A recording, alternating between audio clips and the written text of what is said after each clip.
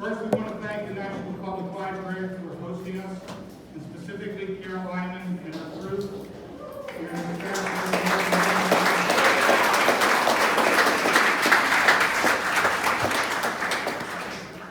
We'll be live streaming video on YouTube, and this will be available on Channel 96, the Access Channel.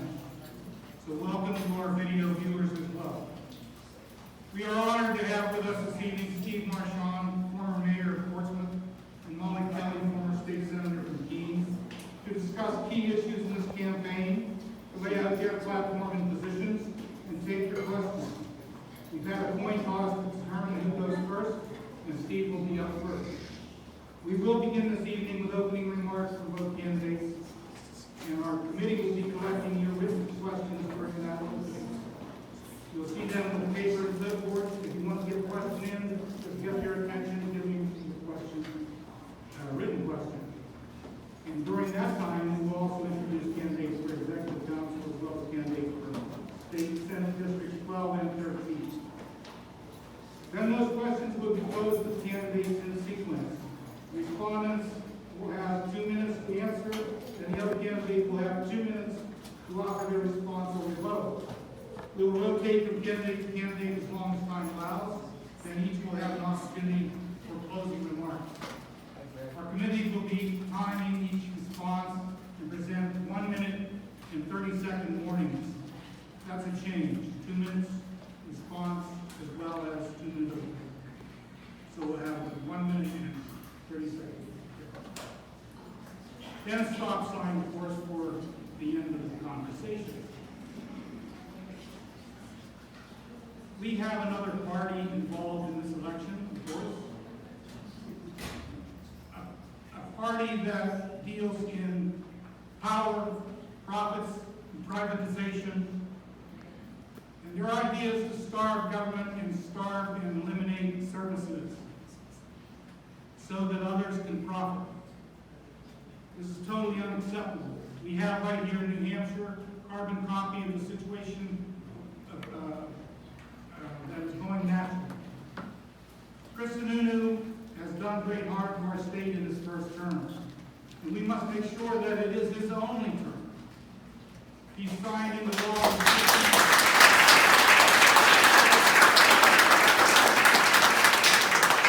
He has signed into law restrictions on voting rights, has limited the possibility of expanded green energy, set forth a budget that provides $100 million.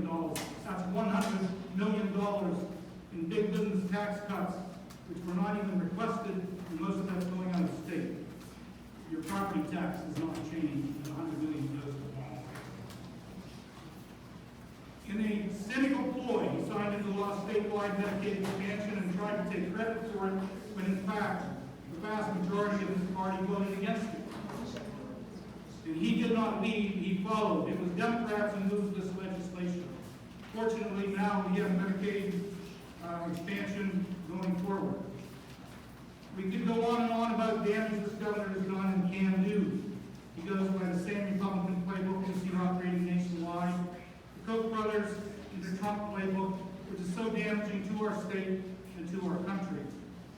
We have 99 days, folks. 99 days until the general election, 43 days until the primary, and we have work to do. Right now, with pleasure, I would like to introduce one of America's great mayors, the mayor of Nashua, Mr. Jim Donchis.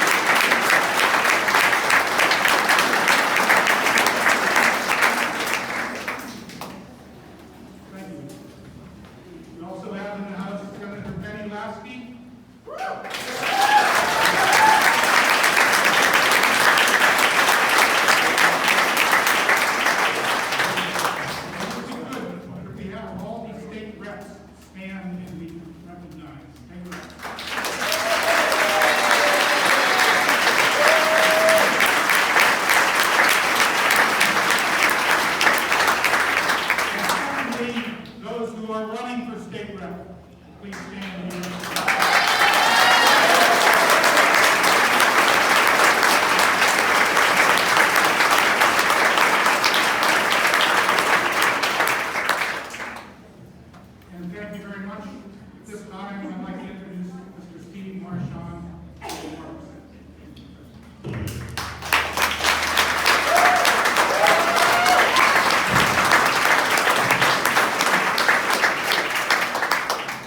Good evening. Thank you for being here. This is a great crowd. I'll be the next. For all the feelings I've had the last few years, and I suspect you've had them too, there's one feeling I know I've never had: resignation. Donald Trump and Chris Sununu want us to feel resigned, that this is what the new normal is going to look like. They want us to be discouraged and to focus on compromise over little things, while they are consolidating power over enormous things, generationally enormous things. They are counting on us as Democrats to be weak. But if there's one lesson I've learned over the last few years, over 260 events, thousands of conversations, it's this: in the age of Trump, voters seek leaders who are thoughtful, who are strong, and then will let it rip, and forcefully make the case that we are the party not of the past, we are the party of the future. I am running for governor because we are at a moment that comes once in a generation, a moment with noise all around us, because there is chaos all around us, and people seek clarity and strength in their leaders. A moment where the party of the future will not just win in 2018, but will get to define for the next 20 years what it's going to mean to be a Democrat, a New Hampshireite, and in our own small way, even an American. This is what voters are searching for: the vision to know where to go, the confidence to know how to get there, and the courage to say it out loud. If we do that with the energy of youth and the optimism that can only come from an immigrant son, the willingness to lead from the front, our future will be based not on the worst of what we have been, but on the best of what we can be. We are the party, and I believe I am the candidate, ready to define our future shared success and then lead us there. So our job is to define the future before somebody else does. So what does that defined future look like? Our future delivers the best public education in America, and not by voucherizing taxpayer dollars.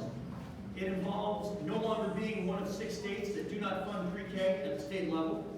We have the highest in-state tuition in America. I've got a specific plan uniquely to fund pre-K and to provide debt-free college for in-state students.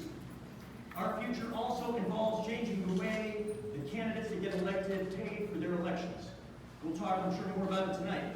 But that definitely includes, and I say this alone, the public funding of elections. It is the only way that we can.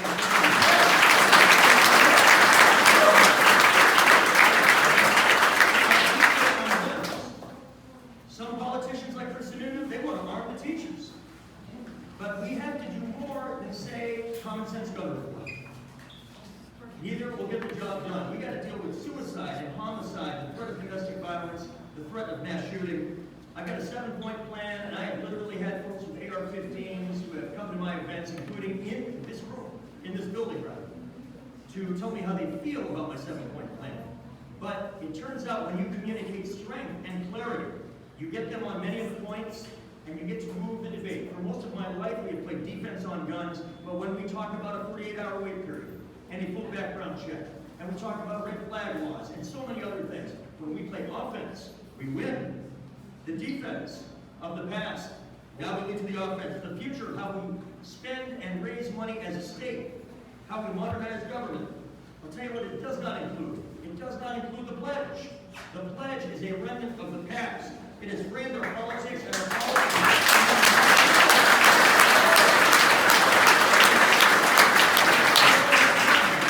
During that time, it has morphed from opposition to certain kinds of taxes to opposition to virtually all kinds of taxes and fees. We wonder why our mental health system has deteriorated. We wonder why recovery centers struggle to survive. We wonder why we have the highest in-state tuition in America. Well, I know this. Mel Thompson is no longer the governor of New Hampshire. Bill Loeb no longer runs the union leader. And the union leader no longer runs the state of New Hampshire.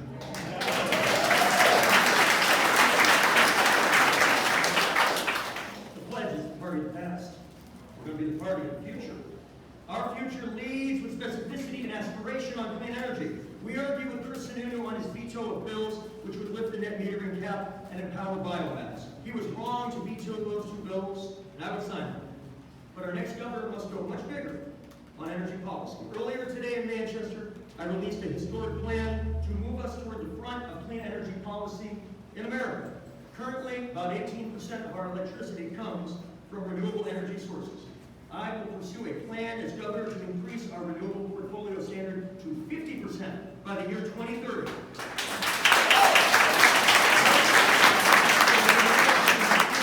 For renewables unleash the creation of thousands of quality jobs over the next 12 years. We should do better than raise the net metering cap. We should do what some of our neighbors are doing. We should eliminate the net metering cap altogether. Embrace and authorize the federal government to study offshore wind in New Hampshire, and use our full RGGI funds to dramatically increase the capacity of our energy efficiency programs for homes and businesses. For too long, leaders in both parties have felt constrained in how high we as a state can lift our gaze on the issue of energy policy.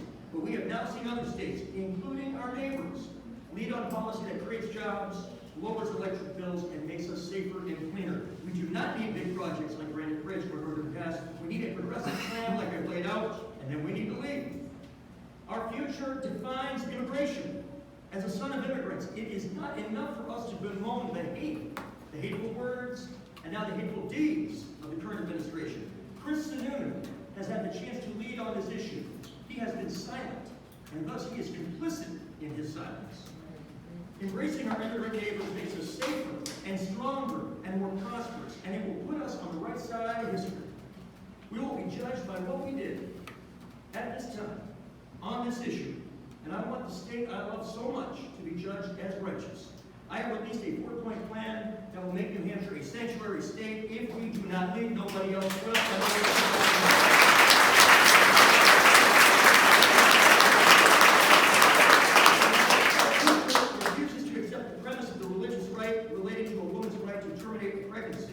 With the nomination of Judge Kavanaugh, we must acknowledge the probability that Roe may well be overturned.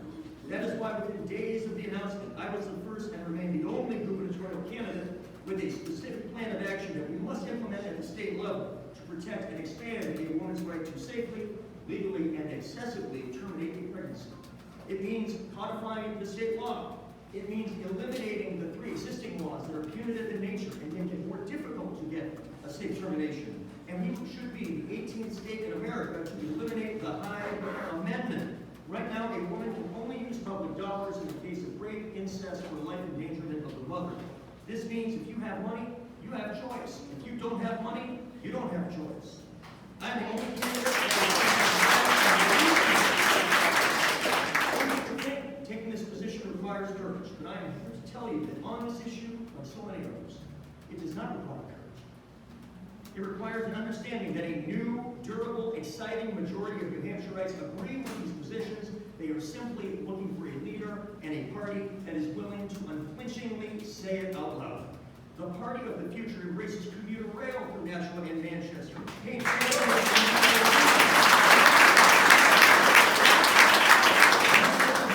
A full repeal of the death penalty and a commitment to fully fund our mental health and addiction reform.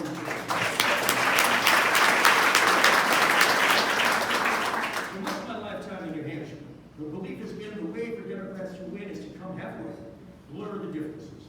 But that is not the way to win or to lead in this new era. In the age of Trump, in this time of chaos, the way to build the future I am laying out will not come by persuading Donald Trump or Chris Sununu. It will only come by replacing Donald Trump and Chris Sununu.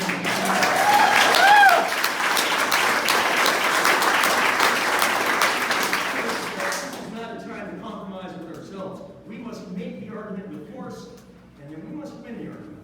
And the good news is, the candidate with the message, energy, and courage to excite our Democratic base that is expanding is the same candidate who will project the strength, confidence, and clarity of purpose most New Hampshireites so hunger for in the next generation of leadership. That candidate is me. That party is us. And the time is now.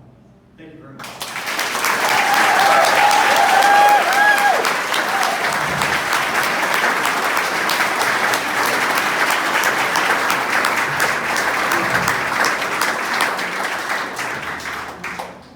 At this time, it's my honor to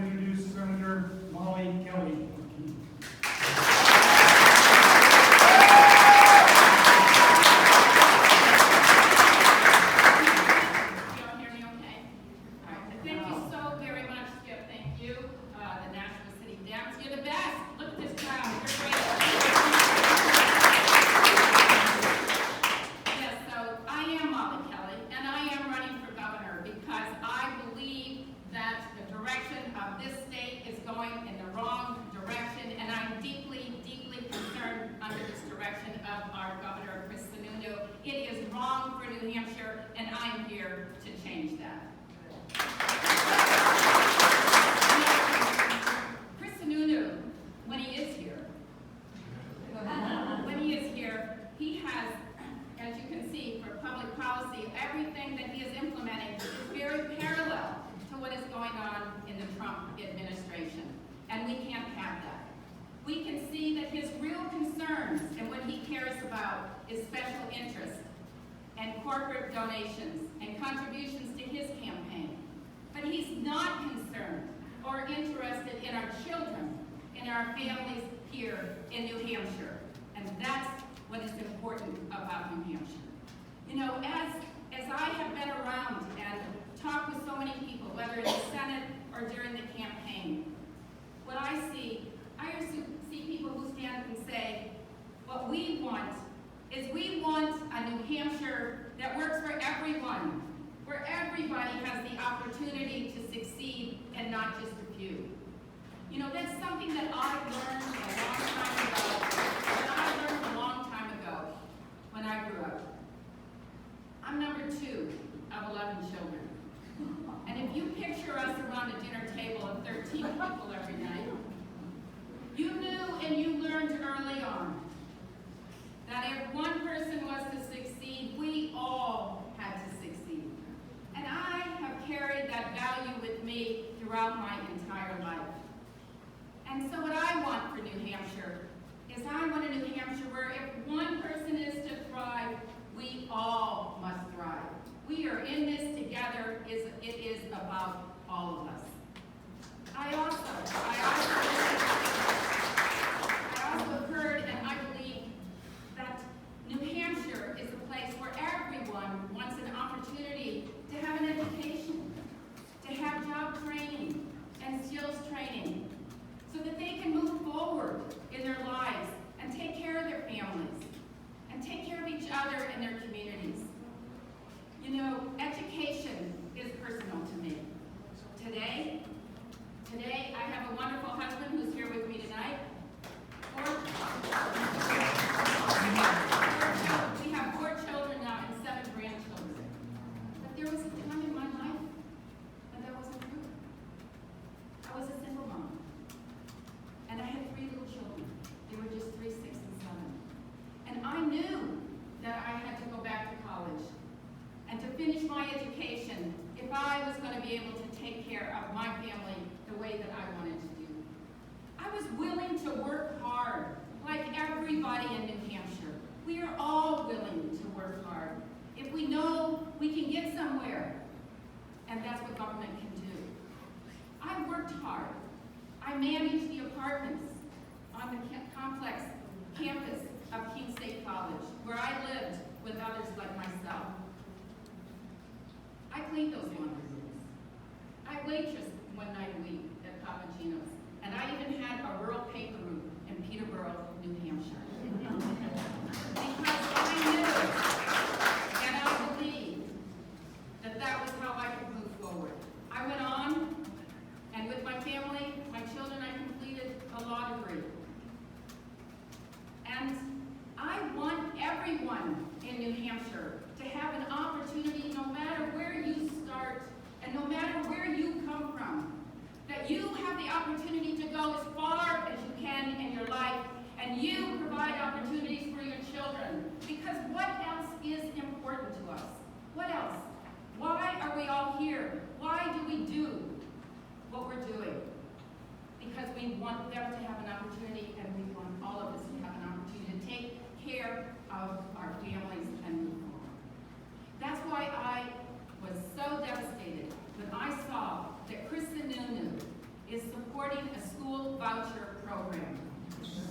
And you know what he said? He said if reelected, it will become his signature piece of legislation. And we know that. Why do we know that? Because Betsy DeVos has stood here with him and said so as well. That voucher program weakens public education, and it will raise your property taxes, all of us. I want to run for governor because I want to strengthen public education.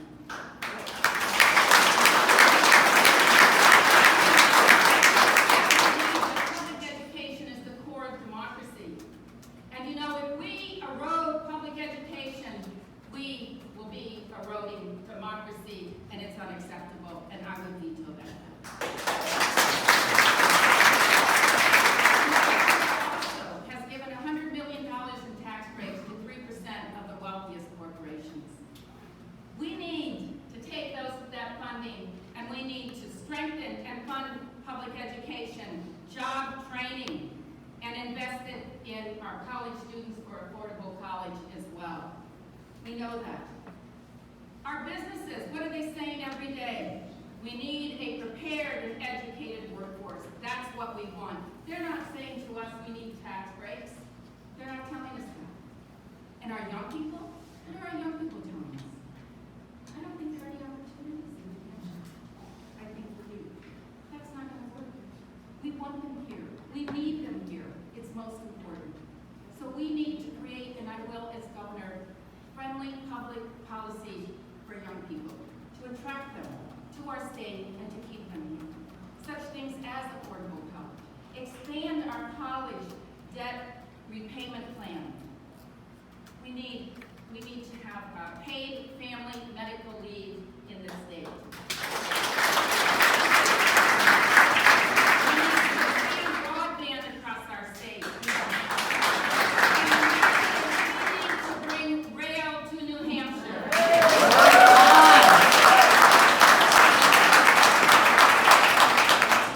What's really important to families, all of us, young families, all of us who have families, is we want a New Hampshire that has clean air and clean water, right? So we need to wean ourselves off of fossil fuel. And we need to move forward all the way for renewable energy.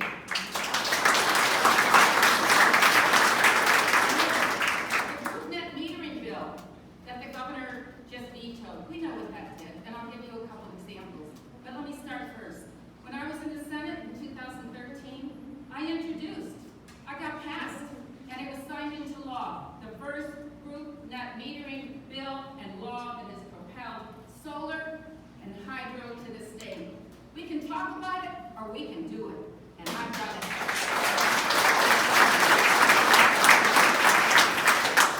The governor vetoed the expansion of group net metering.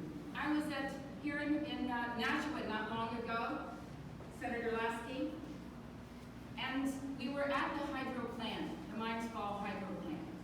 That plant is part of Nashua, the city of Nashua.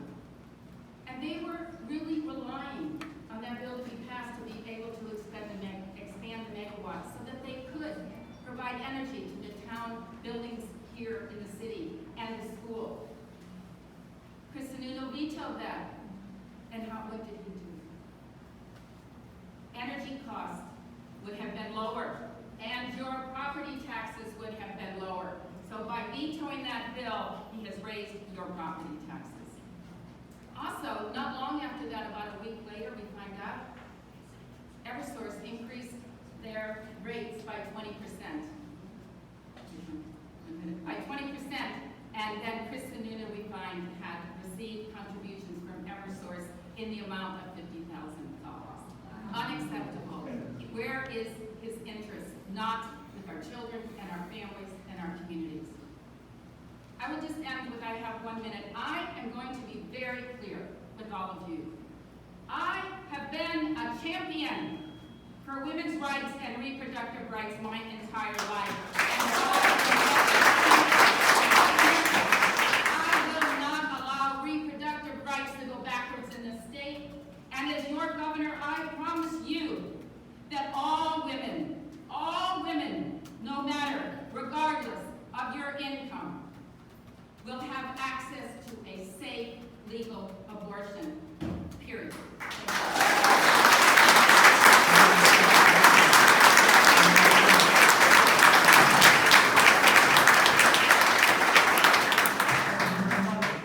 At this time, we have with us the District 5 Executive Council candidate, Democratic candidate, Ms. Deb Pignatelli, who was there before and then will be there again. Yeah.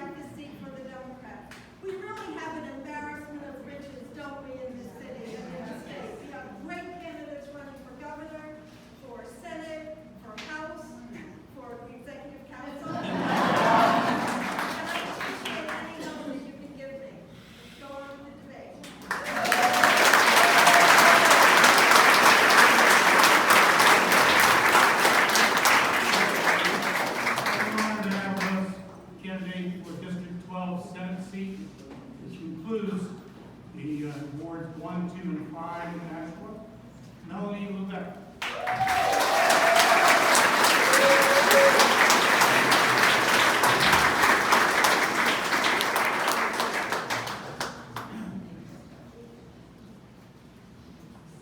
Good evening, everyone. What an awesome crowd we have tonight. Well, as you've heard, my name is Melanie Levate. I'm a mother, a wife, I'm a small business owner, I'm a volunteer in my community, and I was a three-term state representative for Hollisville and Mason. I believe in making a difference through service. I believe in providing value to those that I serve. And I believe in a government that puts its people first. You can clap for that.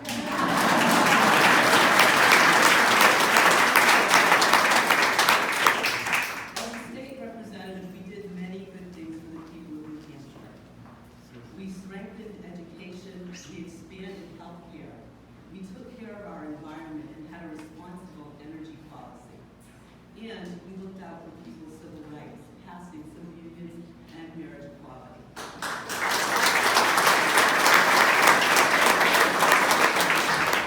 Today, we are seeing our representatives, not our good representatives here tonight, standing up for school vouchers, which will weaken our public schools.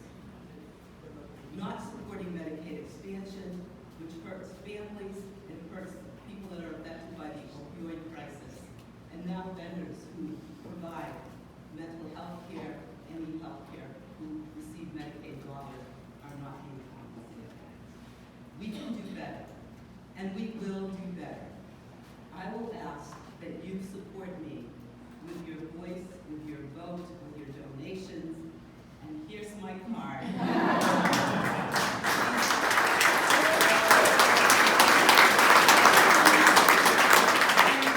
People with common values and common goals work together. We can do anything, and we can do this. Thank you.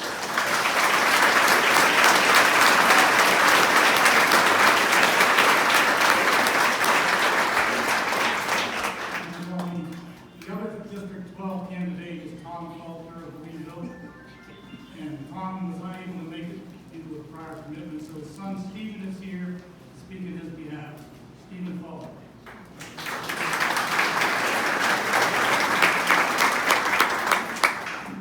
Good evening. My name is Steve Palter, and my father is one of the I'm speaking on his behalf tonight. Obviously, he can't be here. He's on the other side of the country right now, and he asked me to step in for him, and I didn't realize what I was getting. Very friendly. I do see my neighbor, so that's nice. So bear with me. I'm not a public speaker. But my dad does, he sends his regards and he apologizes for not being able to attend. I really don't have a lot to talk about his campaign, but I can talk about him. It's hard in 2 minutes to talk about most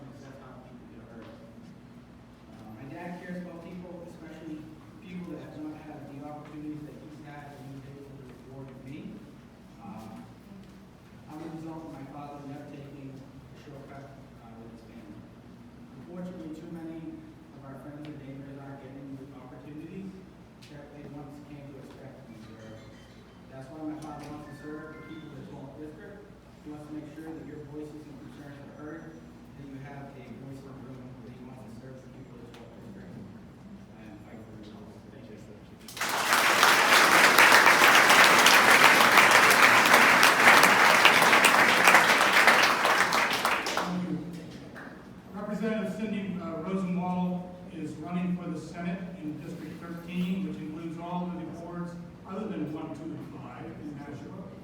Cindy is at the legislative conference representing us tonight, so we have standing in for her Representative Trish Clee.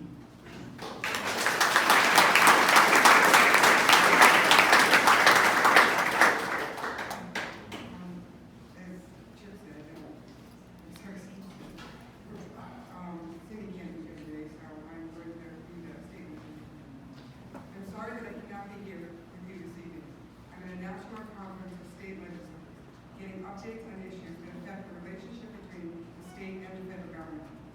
Tonight is important in Nashua because we all play an important role this fall in determining the direction of our state for the election of our next chief executive. And the next governor is with you here tonight at this crucial point in the future of our state.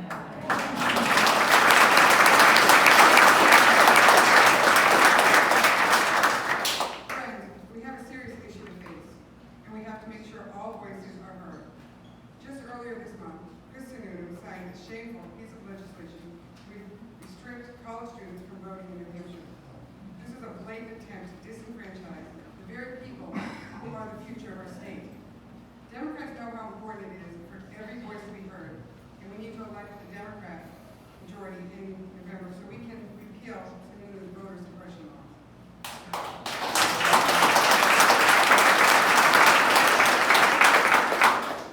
Our next governor needs to focus on the opioid crisis and support Medicaid expansion as the single best tool to increase our capacity for drug treatment and recovery services. And our next governor needs to support the policies and investments we need to attract and retain a younger workforce and new businesses with good paying jobs. That means affordable, high quality child care, great public schools, college tuition within reach, paid family leave insurance, and commuter rail. We need a governor who supports New Hampshire's workers, who doesn't attack the unions that are trying to secure and protect workers' rights. We need a governor who supports a higher minimum wage so that no one working full-time has to rely on government assistance just to get by.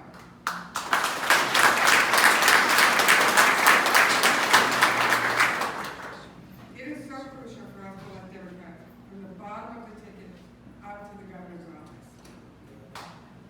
As the next state senator in Nashua, District 13, I will work with the next governor to help enact these goals to lead New Hampshire into the future we want and need for the next generation. I humbly ask for your support and your vote. Thank you so much, Representative Cindy Rosen.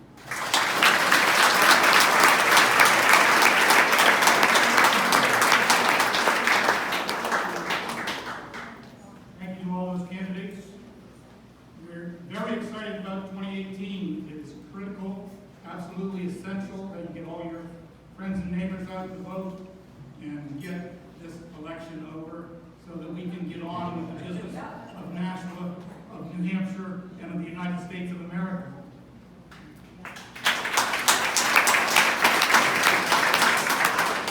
Thank you to those who submitted questions, very much appreciated. And the first question goes to Mr. Steve Marchand.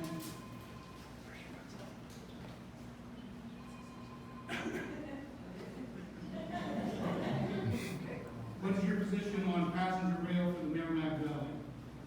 Appreciate the question.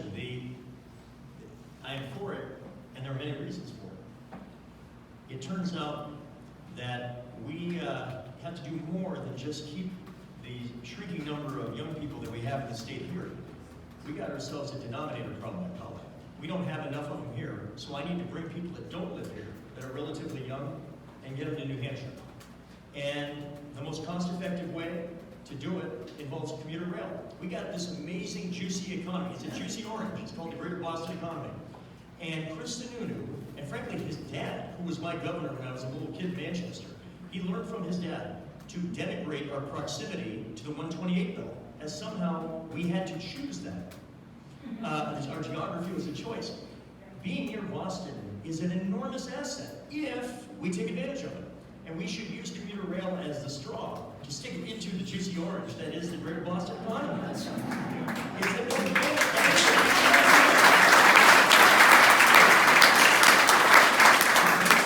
second element, though, that Arguably the single biggest infrastructure asset we have as a state is the airport in Manchester. And if you look at it over the last several years, we have been losing gates, losing business, losing hundreds of millions of dollars of value to TF Green Airport in Providence, which is seen as the competition for the secondary airport near the Boston Logan Airport. And when I ask people why that is the case, the number one reason is because of the lack of accessibility related to the lack of rail, unlike what they have at a better level outside of Providence. So this can add hundreds of millions of dollars of value to our number one capital asset. And if we're going to get people that don't live here now, especially under the age of about 45, to come to New Hampshire, to live, to work, to play, to start a business, to educate their kids, I need that commuter rail to get them up here for good.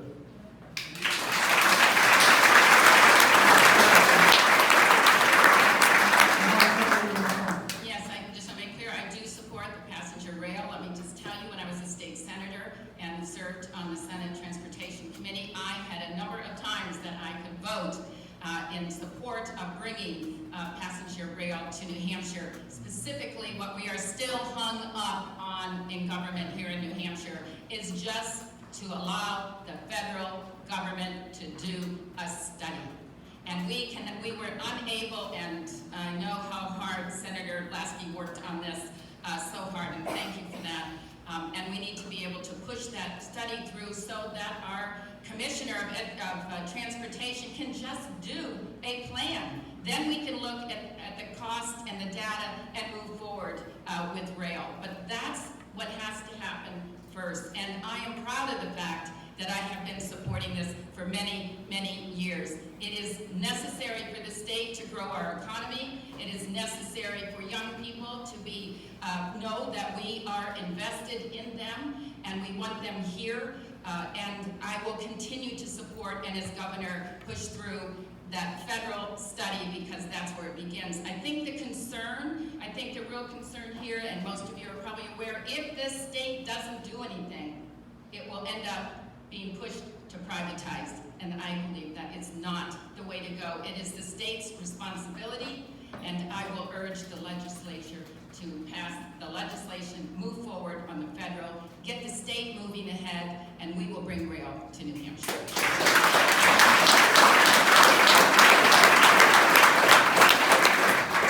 Thank you. Next question goes to Senator Kelly.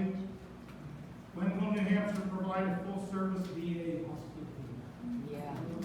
How necessary is that, right? As soon as we can, it is so necessary. And, you know, we have to work with the federal delegation to be able to make that happen. And I am proud to have received the endorsement of U.S. Senator Jean Shaheen, U.S. Senator Maggie Hassan, Congresswoman Annie Kuster, so that I can continue to work with them as governor to make sure that we do serve the veterans. We owe them that. They have issues and medical health issues that they have a right in our state to be taken care of. And we need to stand up and to support them. I will do that, and I will work with our federal delegation to make sure it happens here in the state. Thank you.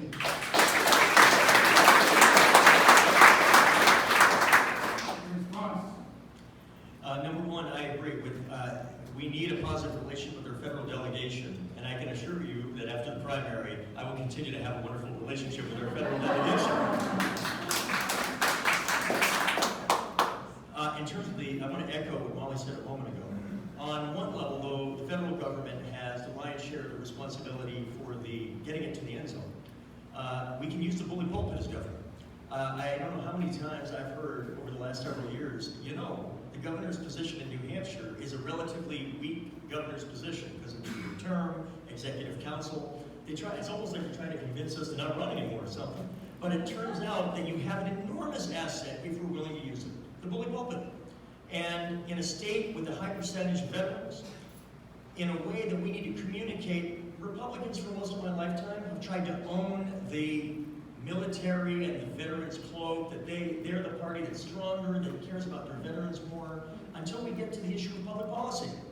And then when it actually comes to investing resources to have the back of the people that had our back, that's where the tough talk often falls short with our Republican counterparts. counterparts. I think this is an opportunity not just to do the right thing, it's also an opportunity to lead on the rhetoric and to lead for a generation about the Democratic Party respecting at the utmost level what our veterans do once they return home. And frankly, as somebody who used to work for AARP for a while, veterans actually are an interesting part of our workforce. At the same time that we are trying to increase the number of folks on the younger end of the age scale, we also have folks that are returning veterans, variety of ages, that have an awful lot to offer, maybe in different roles in terms of hours and that sort of thing, health needs. But there's an opportunity to expand our workforce while we're trying to increase the number of young people. This is how we can communicate to our veterans about their continued importance here in the state of New Hampshire. Thank you very much.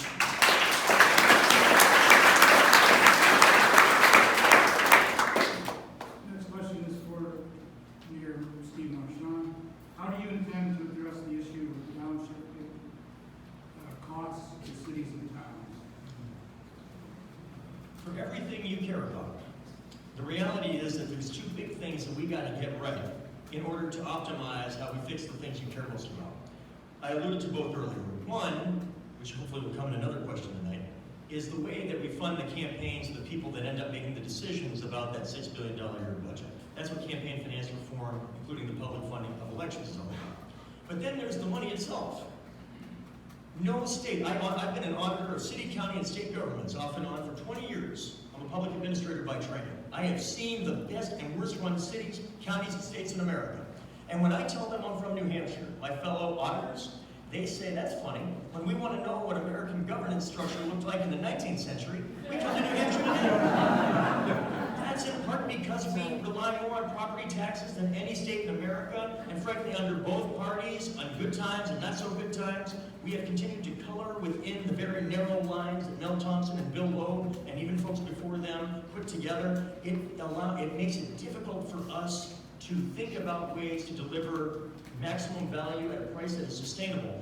We are going to get sued again in the next year or two in all likelihood because the discrepancy between the have and have-not communities on education funding is worse now than it was before the first Claremont lawsuit. We can wait until the inevitable likely occurs, or we can get on it, which is one reason I'm not taking the pledge, because we need to change the culture. This took a lot more than 2 years to get to this point. It's going to take a lot longer than 2 years to get out of it, but until we begin moving the conversation and changing the culture, we will end up with these incredible discrepancies between the Claremonts and the Bedfords. We know it is there. We have a responsibility to do something about it, or downshifting will be the inevitable conclusion of our structure.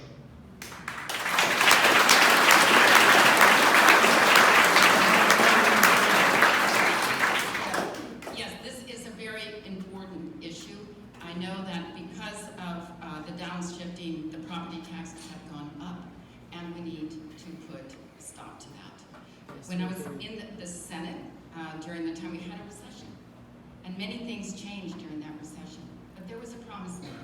There was a promise made, but when there were funds available, that we would then bring back that 35% that we had promised to our cities and towns. Now we have choices to make. We have a governor today that is giving tax breaks. Those tax breaks are not necessary, but we do need to bring back to the towns and the cities what we promised and not continue the downshifting. That was a promise, and people have relied on that. So we have choices, as I said. If you have revenue and you're giving that away, $100 million, 3% of the largest corporations, what else can we be doing with that? And this is one of those. The other is that those who have worked so hard in their lives rely on those pensions, and they have a right and they deserve to continue to receive those pensions. And government must make sure that that money is there. We have choices to be made. I think you can hear what choices I would make, and it would lower your property taxes, and people then could feel safe about the pensions that they were promised. Thank you.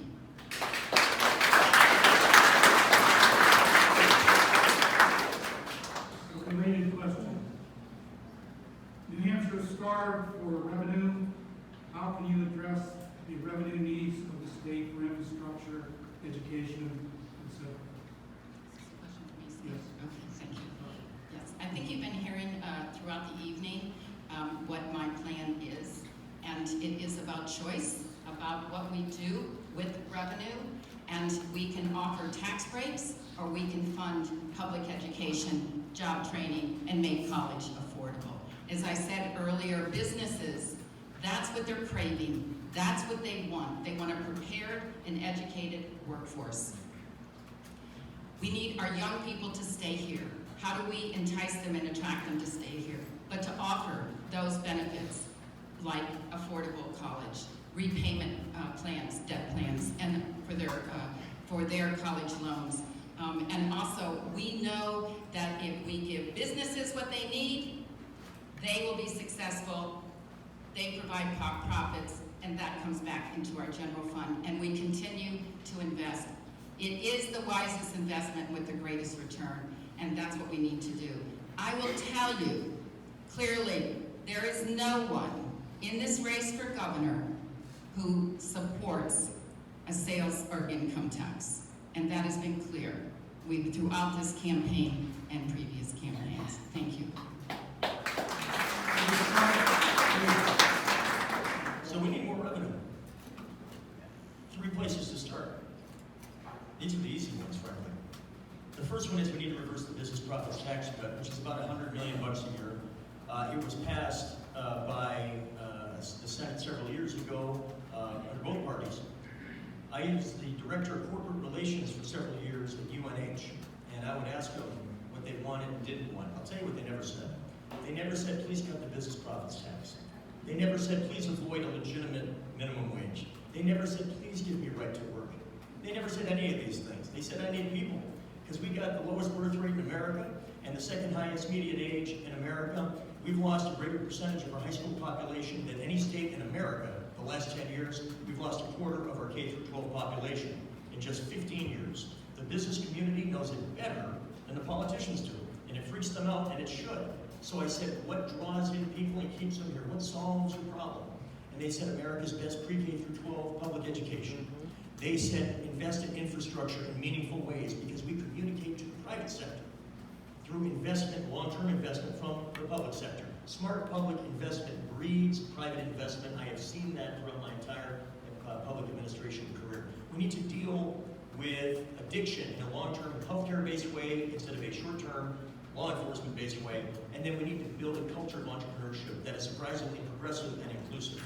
So reverse the business profits tax cut. We need to increase the gas tax. I'm proposing 4 cents a gallon. That would generate about $30 million a year. We've got 352 red list bridges that are set to go on the list in the next 10 years with scarce funding to do something about it. When you've got 6 bridges in town and 4 of them are just fine, that is not an acceptable answer. And then I'm a longtime proponent of legalizing, regulating, and taxing cannabis for adult use. My plan would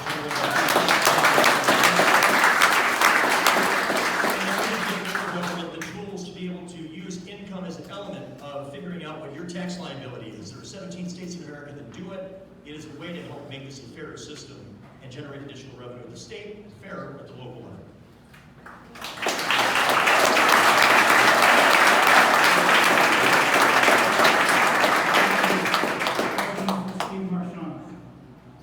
What can you do to increase bipartisanship efforts in New Hampshire government? I'm not David Copperfield, you know. I Now can't. you've been bashing the other party. Well, but here's the thing. I would love to tell you that the way to get progressive ends would be through compromising means. I was married to somebody who used to be a Republican. She left the party because they went wild on her. I have lots of friends across party lines. It is not personal. But the reality is that unless you have met Supreme Court Justice Merrick Garland, I have not met him because the idea of compromise doesn't work in Washington. Remember that promised DACA vote? Give President Trump his budget and then we'll give you a DACA vote within 90 days? Yeah. Remember when Chris Sununu said, hey, I'm for paid family medical leave, and then we gave him a very approachable bill that he then said, whoa, that's a backdoor income tax waiting to happen. This is American politics in 2018. And so just like was the case a generation ago after Watergate, and I believe this strongly, and I wish it wasn't true, but I believe in my heart it is, we are not going to get where we want to go by moderate voters and swing voters, just come on over here, I'll be Republican light, I'll wear an orange vest so you think I harm, whatever it is. The way we're going to do it is we got to make the argument. We got to do it forcefully, we got to do it thoughtfully, we got to have vision, we got to have confidence, we got to have courage. And if we do that, we get to replace them. And we will not do it by simply bringing people over by wincing. Because when you sound apologetic, it implies you have something to apologize for. That's right. We have nothing to do with that.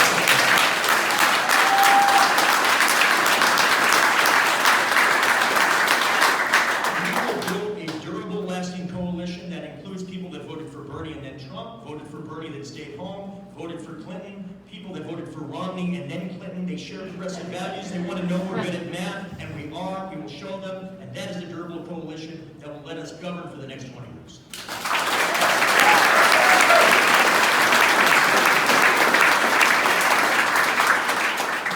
Your response.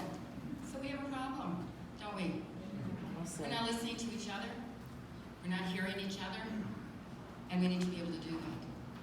You know, there are ways to get things done together. And that's possible. We do pass legislation. It takes leadership to be able to do that. It takes relationships to be able to do that. And that's the legislative process. And the governor leads the way. I can do that. I've been there and I've done it. I think the other thing we have to remember is sometimes we can agree. And we're not going to agree. And we have to own that. And that's when, as Michelle Obama said, we take the high road. They take the low road. And we need to continue to do that. You know, there's one of the things we forget to talk about, I think sometimes in politics, which is really important to me.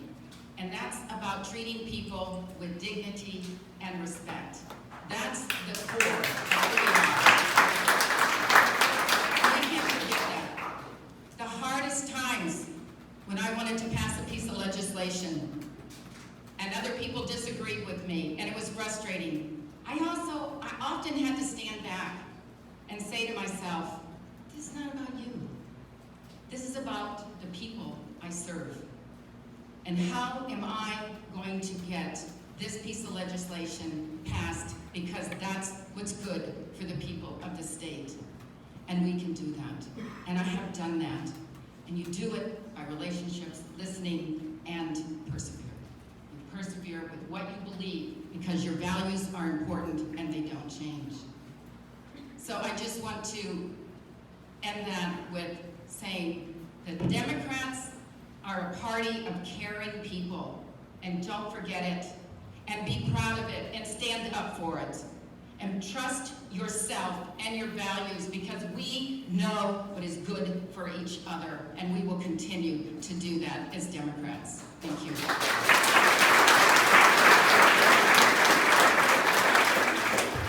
Change of pace.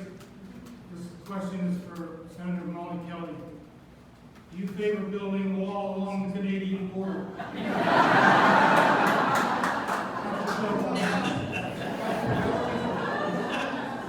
They are our friends. And lighten things up. Do we get up and move around? Yes. 2 minutes. That's pretty good. Was that your real question, Steve? We don't want any walls around the corner office either, virtual or otherwise. The real question for Ms.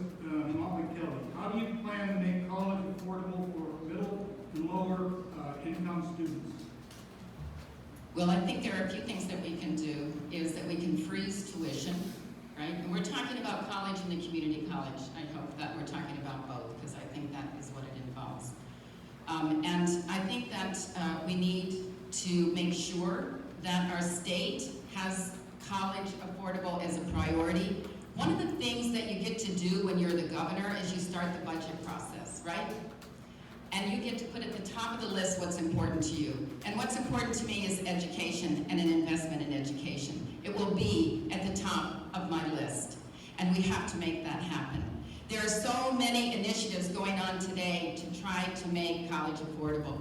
As I said, businesses are looking for all of these students. We need to bring them together. I chaired the Governor's Advanced Manufacturing Education Advisory Council for 8 years in the Senate. It's a great model to work together so that we can lower costs and make sure that everyone has the opportunity to go to college. We had CEOs for manufacturing around the table with educators, and they were in separate silos, and we had conversations together. And for the first time, I saw corporations saying to educators, what can we do for you, instead of just the opposite. So this is a crossroads for us in this state, and we need to work together and collaborate to do that, because college is it has to be affordable. I have to tell you, I saw the other day, in the paper, and you probably did, and talked with Keene State College, that they are bringing the community college on their campus, so that students can go 2 years to the community college on a campus, afford that, then move forward with college and get a degree. Those are the kinds of new ideas that we can do if we say, and I have always said, education is the priority and everyone deserves the opportunity to be there.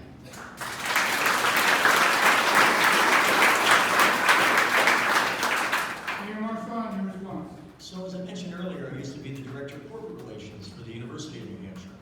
And unlike Chris Sununu, I actually did talk to 100 businesses. That's a whole other answer. Man, did I learn a lot. And one of the things that I said earlier is what the priority was. It is not what Chris Sununu and most Republicans' talking points have been about what they allege will grow the economy. It is people. And so, as a student who was a first-generation college student, neither of my folks graduated high school. French was the first language of our home. I mentioned we're an immigrant family. And we experienced deep financial trouble due to a healthcare crisis. It's one reason why I will go to the mat for anything that gets us towards universal health care, because I don't think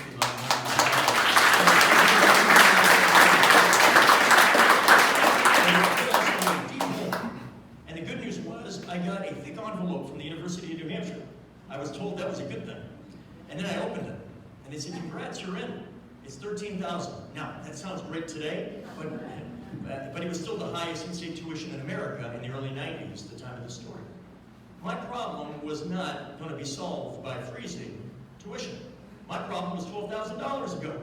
And so especially for first-generation college students who are right at the precipice of success or not being able to get there, I've developed a plan that's on the website that can provide debt-free college, because the private sector is paying so much money to recruit talent from out of state. They would much rather be investing in the kids on their way up the ladder so that they will gladly pay for half or more of their education. I have a plan, a pilot program in year one that would be about $4 million of additional, it's not carved out, it's add-on, for selected majors to pilot it. I'm very confident it'll work.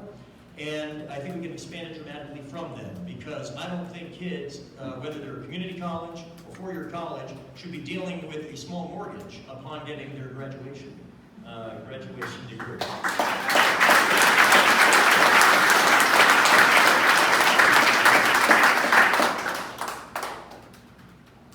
Steve Marchand, this is for you. What is your solution for the problem of gun violence in New Hampshire?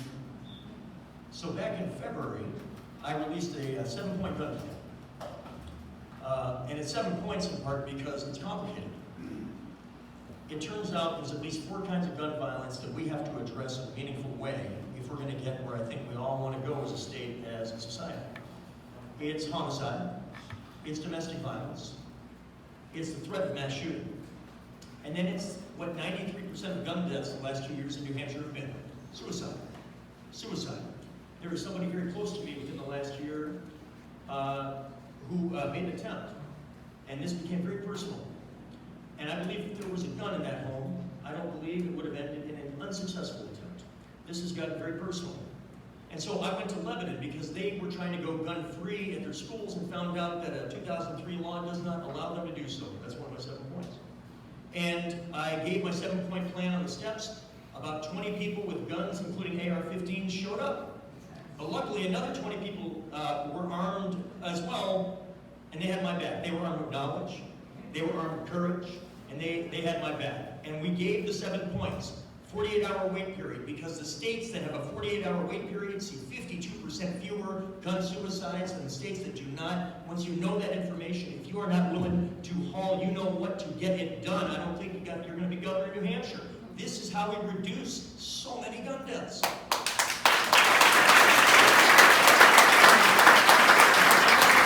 There's also a red flag law and universal background check and a bump stock ban and reinstating the concealed carry permitting process. It's the gun-free school zone. And I don't think AR-15s and similar weapons that are military-grade, lightly modified for civilian purchase have anything to do with civilians holding them. You should ban those in the state of New Hampshire.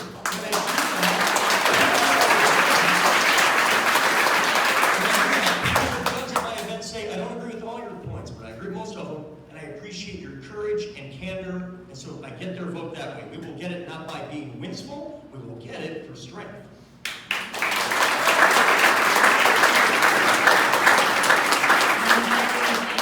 Thank you, Skip. First, I want to say that I am so proud of the young people in the high schools who have stood up and are courageous. I commend them and I stand with them.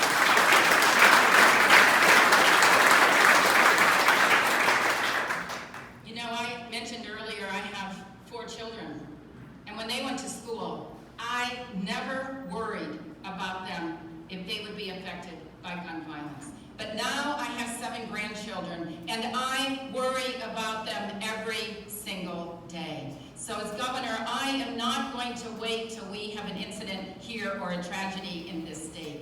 It is time to pass universal background checks in this state and to work regionally to make sure they're passed and transparent.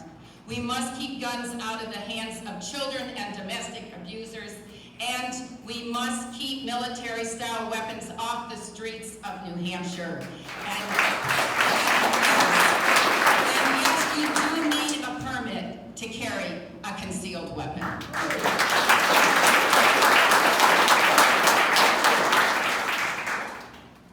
Question for Molly Kelly.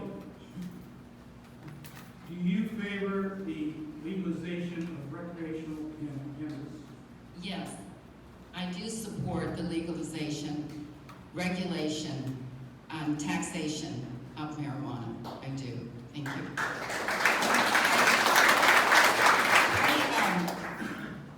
I was one of the first to really bring the issue of the opiate epidemic to the state.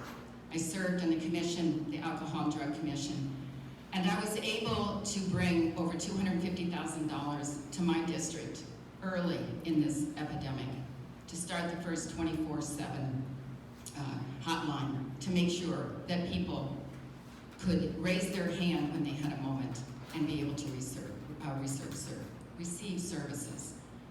So what we need to do with the opiate epidemic, and I know people talk about it as, is this a pathway? No, to me, it's just the opposite. Just the opposite. Because it is in the open, we know it's in the what is in marijuana. We regulate it, and we're more in control, not behind some backyard in a basement or something. What we need to deal with, what's most important today, is the opiate epidemic. It is affecting almost everyone, someone in everyone's family. And we have to do that in a comprehensive manner, like we would any other medical epidemic. It would be comprehensive with prevention, treatment, and recovery. I would bring everyone to the table who's an expert, the recovery coaches. Those in recovery are experts in health and human services, addiction, and health care, and we will put a comprehensive plan together immediately. It is overdue, for sure. I never know how much time I have. In 30 seconds. I just want to say that I had the opportunity to do a ride-along with the captain of fire on a fire truck, because they were going actually to a situation of an overdose. And it broke my heart. Broke my heart. They did save this young woman. She didn't want to be there. It's an illness. It's an illness like a medical illness, and we need to be able to help to do that. And we can, and it's a priority. So I did ask the captain how he felt about having brought someone back to life, and he said, Molly, this is my 5th time today. It's a crisis, it's an epidemic, And that's how we have to treat it. Thank you.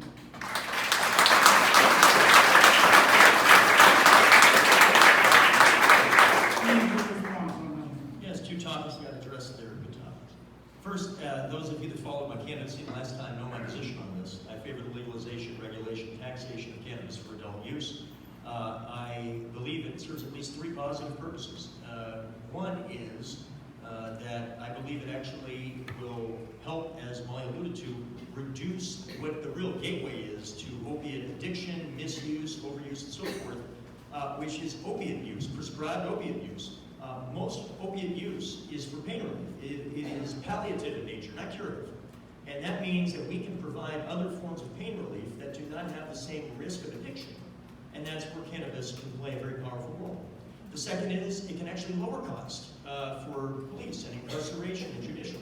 And the third is, as I alluded to, it'll generate, I believe, about $35 million a year all in. Some people think the number's higher, but the free market has a funny way of working after a while. And we will literally be surrounded by legalization by the end of the year. And so when we're doing the calculation, we need to be cognizant of that when we're doing the policy. On opiates, and Molly mentioned that, I alluded to this earlier. Culturally, moving from a 28-day recovery period, because that's what the insurance company is willing to pay for in a law enforcement context, and moving to what is truly a lifetime of recovery.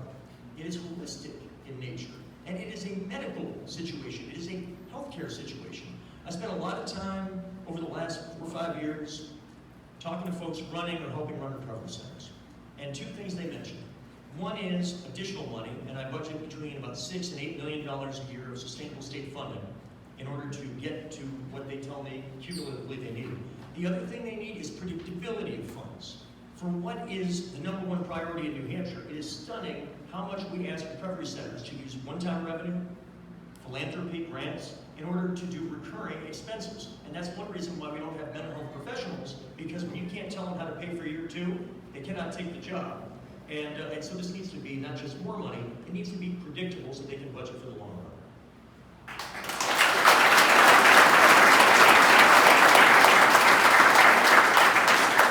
Moderator's interjection. Chris Sununu is opposed to cannabis legalization because he thinks it would spur on the opioid crisis.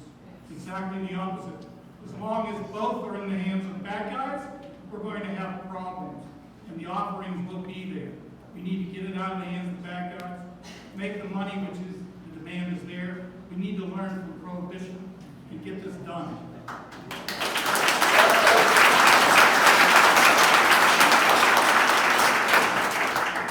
For Steve Marchand, this is an internet request sent in earlier. New Hampshire is one of the oldest states in the country. If our economy is to remain vibrant, we need to attract young people to our state. What's your plan to attract young people to New Hampshire? How do we keep young people from moving out of our state? We've alluded to this between the two of us many times. It's embedded in many policy areas tonight. So we have two separate challenges. You sort of asked that question. How do you keep the relatively young people you have? And how do you attract the relatively young people you do not currently have? Because we have a shrinking pool. If you look at every year younger in New Hampshire public schools, every year younger you go, it's smaller. If you were 11, then 12, and so forth. So we are in the midst of about a 25 to 30-year trajectory. And again, the private sector understands this well. So in terms of an economic plan, it really comes down to 4 primary pillars. One is delivering America's best pre-K through 12 public outcomes. I cannot overstate this. It is impossible to overstate. You can throw all the money you want at every tactic to try to draw people in or to keep people in the community. And it pales in comparison to the outcomes, the efficacy of outstanding local public education. It is the ultimate national and that's why pre-K. 6 states in America don't offer state funding of it. You got to drive to Mount Rushmore to get to the next closest one on the map. It's South Dakota. What message are we sending to young families in that? The debt-free plan I have for college is a powerful pitch and carrot to help keep young people in the state as well. The second element is infrastructure. It's bridges and it's roads. It's reliable drinking water. It's reliable internet, including in rural parts of the state. It's commuter rail. It continues down the line. Smart public investment communicates to the private sector, the people that are putting capital on the line. They want to know that we are thinking generationally as well. The third is addiction and recovery, which we've just discussed. And the fourth is a culture of entrepreneurship. When I ask entrepreneurs what they see, and they say paid family medical leave, universal health care, a fiercely pro-immigrant agenda, and we go right down the line, a gun control policy that I described earlier, all the way down, by the end of it, often these self-described Republicans sound like progressive Democrats. That is what the culture of entrepreneurship looks like. And if we connect entrepreneurship and growth to progressive public policy, we will create the very environment entrepreneurs seek.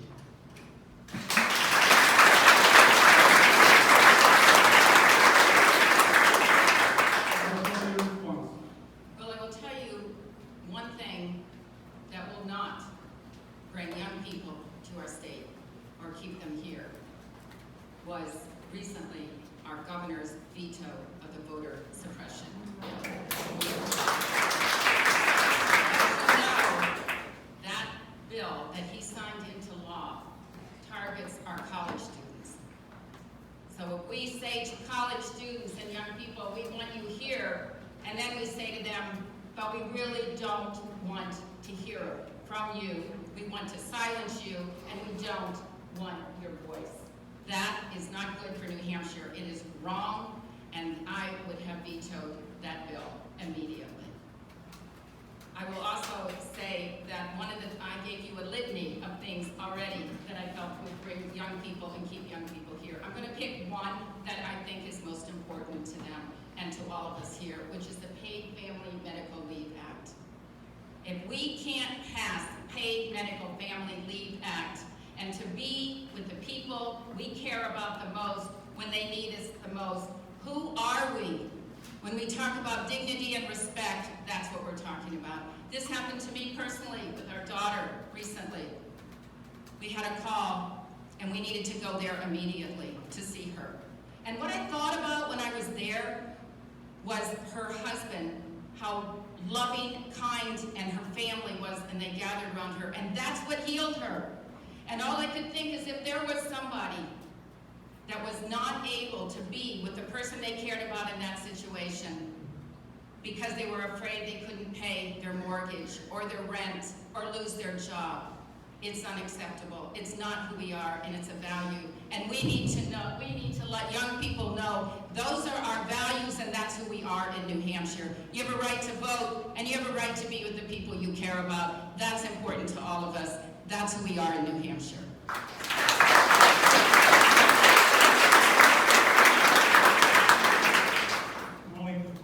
Kelly, this question is for you. This is an ultimate question. Given the recent Union Leader article on the lack of diversity in our state, how would you address our shifting demographics, especially in the Gate City, which is also the gateway to immigrants? Yeah, I read that article briefly. It was disgusting. It was despairing. It was racist. We are a welcoming state, and anybody and everybody can come to the state and are welcome. And we enrich each other, and it is unacceptable, and so was that article in the Union Leader. We were talking about the same one, Skip, that I read today. So we need to open up our communities to each other and be welcoming. I keep going back to dignity and respect because it's one of my core values, and that's who we are. And I would work every day to make sure that everyone is welcome. As I said from the beginning, we want a state that works for everyone, not just a few. And I think I am not the only one here tonight who is committed to that. Thank you.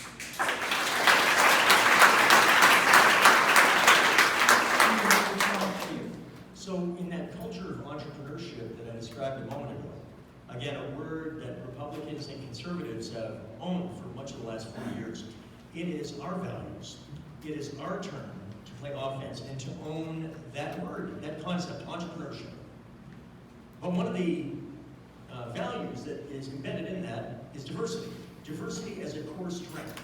Diversity as a way that innovation occurs, that creativity occurs, that exposure to the ways around our state, our country, our world, how that occurs. It is an enormous asset, and we need to communicate in the clearest terms possible. Not that just that we tolerate people from different backgrounds and cultures, but that we need them, we love them. They are an intrinsic part of an amazing place to be for the next 20 to 40 years.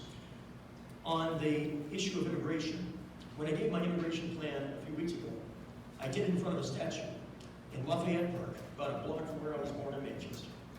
It was a statue of a 19th century man by the name of Ferdinand Gagnon. Ferdinand Gagnon, some of you might know who he is, died very early, died in his 30s. He is seen in my community, the French Canadian community, particularly in Manchester, as the person who spoke out about discrimination of arguably the dominant immigrant group of that time, French Canadians. I gave my 4-point plan that includes being a sanctuary state that allows the kids of undocumented immigrants to be able to get in-state tuition, to be able to get a driver's license, to inform local law enforcement they do not need to comply with requests from ICE. That is something that they didn't have to do under Bush and Obama the way they're pressured to do under Trump.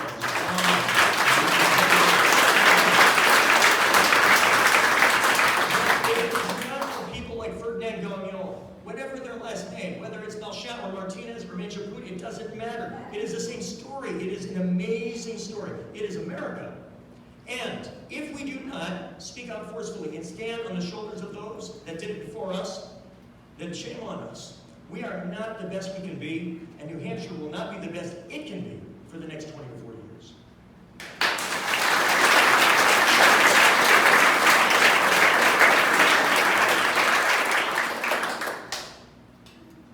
Thank you. This is the last question. And this goes to Steve first. What is your stand on renewable energy, particularly solar?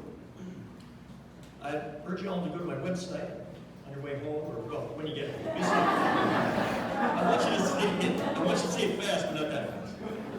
I'm very excited about it. It's a 5-point plan that can make us a leader on energy policy in the state of New Hampshire. You know, I spent a lot of time over the last several weeks trying to refine what I've felt for a long time to understand what other states are doing around the country.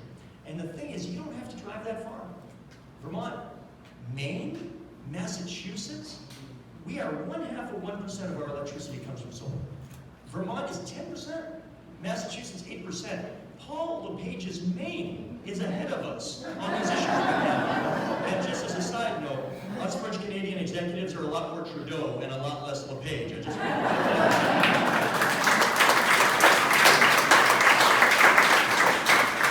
you got to clarify that in a moment like that. It's a 5-point plan.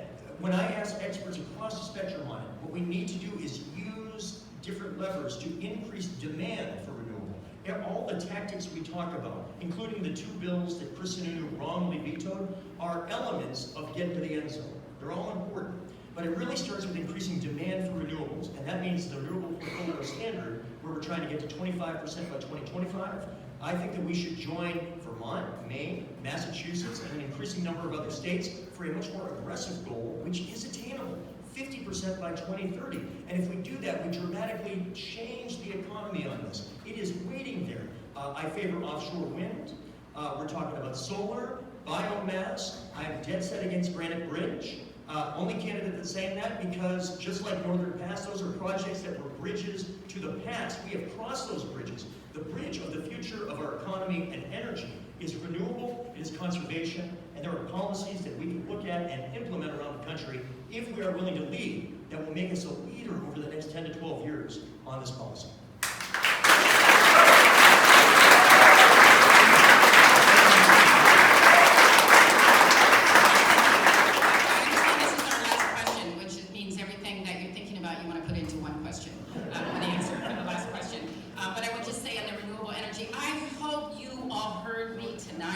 About my commitment to renewable energy, not just talking about it, but getting it done by putting forth the first group net renewable bill that passed that has propelled solar and hydro in the state.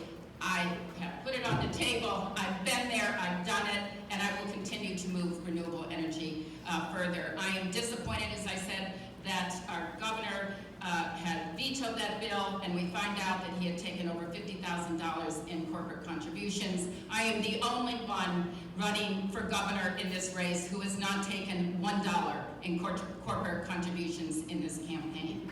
So there are just two issues I want to mention real quick as we came up with immigration. What is the most important thing we need to think about in immigration today is that children have been taken away, ripped away from their parents, and they're not back together again, and we must stand up for that every single day. We know that our governor has received contributions from 2 of the private prisons that keep detainees there. It's unacceptable. I wrote him a letter and said, you need to stop that, and you need to send that money to 2 nonprofit organizations, to any 2 nonprofit organizations who are helping to bring those children back. And I've also said that our governor should stand up to Donald Trump and say, you are not, your detainee, your deportation agencies are not welcome in the state. We are a welcoming state, and he needs, and I would stand up to Donald Trump and say that. I also think children are important to me. I said that at the beginning, children and family. I put legislation through I'm proud of, and we're moving forward because children in this state, there are 44,000 children who are food insecure. They don't know where their food is. They're not sure where their food is coming from. When I'm governor, the first thing I will do is make sure every child in school is not hungry and has food in their stomach.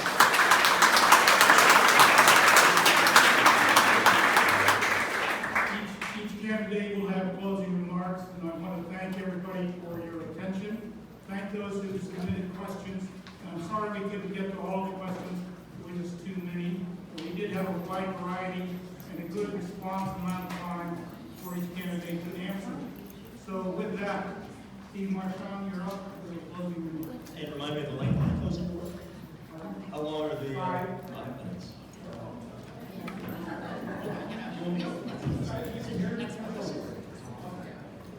We got comfortable.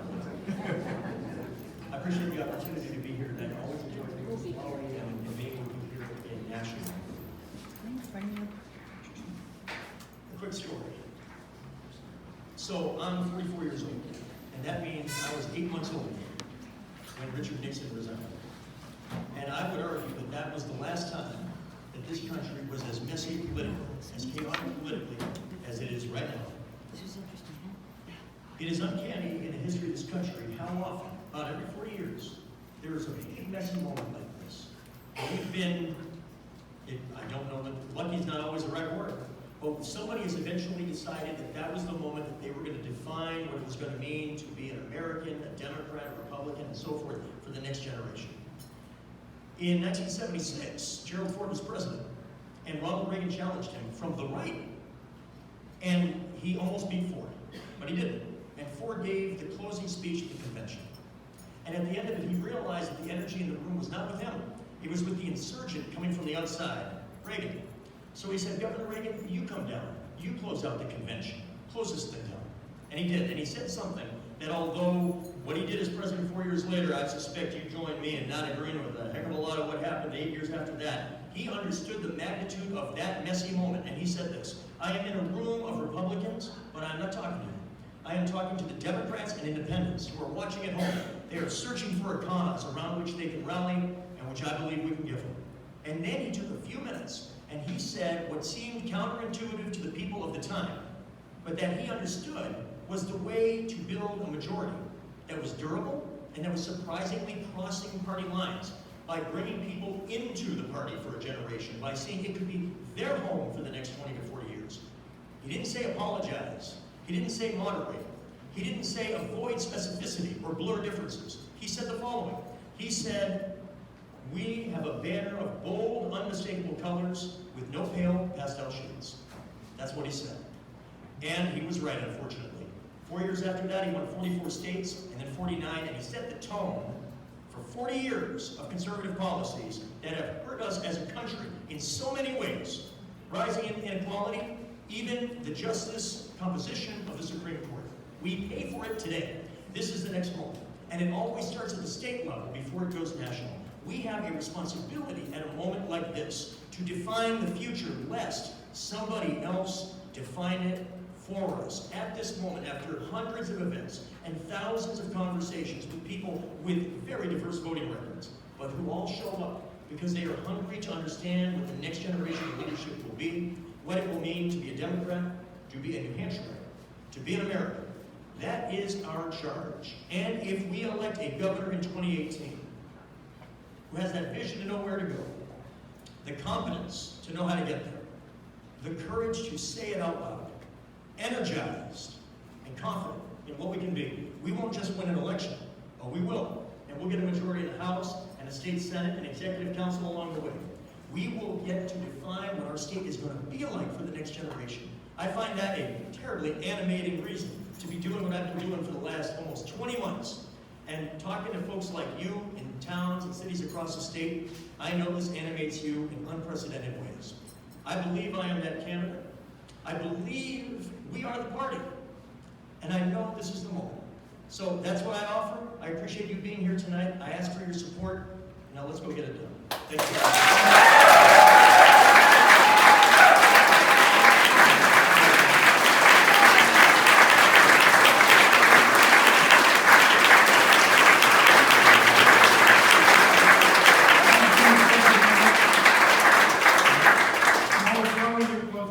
Yes, thank you. Thank you, Skip. Thank all of you for giving us the opportunity to talk about these important issues that are facing New Hampshire today. I hope that you can see that state leadership is more important today than ever. And I am proud of my Senate record, 10 years in the state Senate. I have always been there with public education, always supported public education. I have been a champion for women's rights, women's reproductive rights, and I stand and will stand with Planned Parenthood every single day. I spoke up for common sense gun safety, and it is common sense gun safety. I stood up for common sense gun safety when it wasn't even popular to talk about it. As I said, I put in legislation that has propelled renewable and hydro solar across our state and will continue to do that. I am proud to be one of the state senators that voted, one of the first state senators that voted for marriage equality in this state. And I also will stand with working families every day. That's what I know, that's who I am. And I am proud to talk about my record. I'm proud to talk about my record because my values haven't changed. They're the same then as they are now and what they will be. Being progressive and being bold is not new to me. I have been fighting for these issues my entire life. You know, the governor sits in a hot seat. A governor makes really difficult decisions for the people that she serves. She must know who she is. She must know her core values. And she must know that those were her core values for her life. I have been tested, and I am ready to be that leader. Because we know what we want if we work together. We want a New Hampshire that works for everyone and not just a few. I need your support, and I ask for your vote. Thank you all so very much.